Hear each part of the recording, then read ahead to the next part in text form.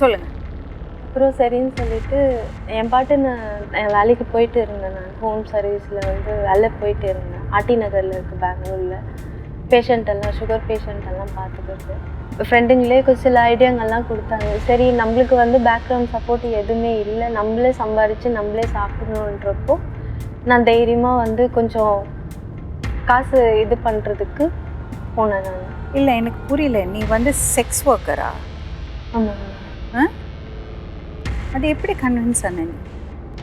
என்ன நம்மளுக்கு பார்த்துக்கிறதுக்கு யாரும் இல்லை, நம்மளே தானே பார்த்துக்கணும்னு சொல்லிட்டு நாங்கள் இது பண்ணிட்டேங்க மேடம்.